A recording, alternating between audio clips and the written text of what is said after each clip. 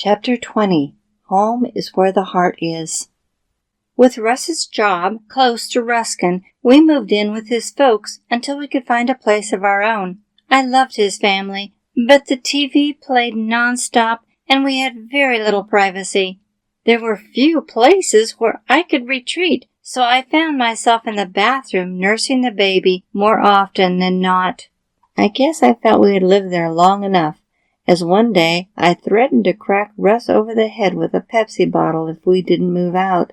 It might have been postpartum depression, but I knew I needed to get out of there. We found what we could afford, a one-bedroom cabin on the outskirts of town. Living there was like camping. Slivers of sunshine could be seen in the early morning between the loosely constructed walls made of rough wooden boards. There were palmetto bugs everywhere, and a mouse had safely hidden a nest for her babies in the closet. I could feel the morning breeze and watch the sun rise through the walls. I could hear the neighbors laughing and birds singing like they were right there inside with us. Even with its shortcomings, it was quite pleasant. I was most thankful for being able to stay home with Kim and sew. Russ didn't make a lot of money, but he was thoughtful about his gifts. One of the first items he bought me was a Singer sewing machine. Sewing wasn't just a hobby, it was practical, as I made many of my clothes and our children's. Eventually, I made my sister-in-law's wedding dress, and years later, my own daughter's wedding dresses. It was almost an obsession. Our cabin didn't have a washer or dryer, so I had to go to the laundromat every other day as I only had 24 cloth diapers. I had scraped together enough money to make myself a dress, so I took it, along with all of Kim's diapers and plastic pants, to the laundromat one afternoon. While my clothes were drying, I grabbed Kim and ran across the street for a few items from the store.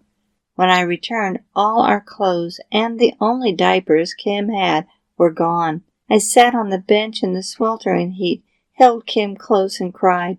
I found it hard to believe anyone would be that cruel. Still, God is good. He saw our need and brought Russ's family to the rescue. They provided more than enough cloth diapers to replace the stolen ones and bought other items as well. They were always generous to a fault. It wouldn't be long before I encountered another surprise. What? I'm pregnant? That's impossible. I'm still nursing Kim. So here I was with a baby in my arms and one on the way. Although I was nervous about how I would handle 2 infants, Russ didn't seem concerned at all. I hope it's another girl, so they can share their room, clothes, and toys. He was always so practical. God had a plan for my life, but I wasn't sure this was it. As with Kim, I had morning sickness up to my 7th month. We were still living in that tiny cabin when I received the most wonderful news. Peggy, Stan's wife, was pregnant and due a couple of months before me. Unfortunately, I also received the most devastating news. Stan had been diagnosed with cancer and was not expected to live. His doctor knew about the lump on his neck a year earlier, but dismissed it as an infection and gave him antibiotics. Stan tried to get him to biopsy it, but the doctor didn't feel it was necessary. He found a new doctor who biopsied the area and told him it was Hodgkin's disease. They left his office with many unanswered questions. At the library, they learned that Hodgkin's disease is a cancer of the lymph tissue.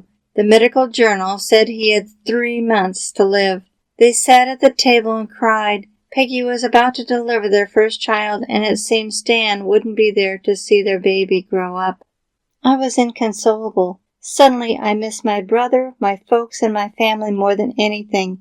I wanted to go home. Stan would have been here for me if it were the other way around. However, on Russ's salary, we couldn't afford it.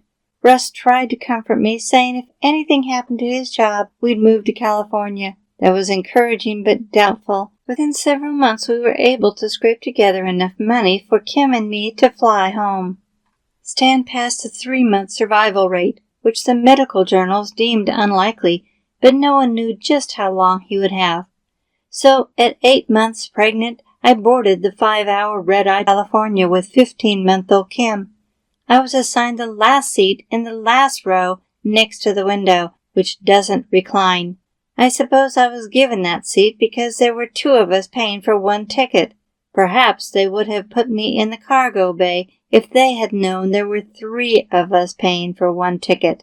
At just 5 feet even, My knees barely reached the edge of the seat, and my bulging belly threatened to push Kim off onto the floor.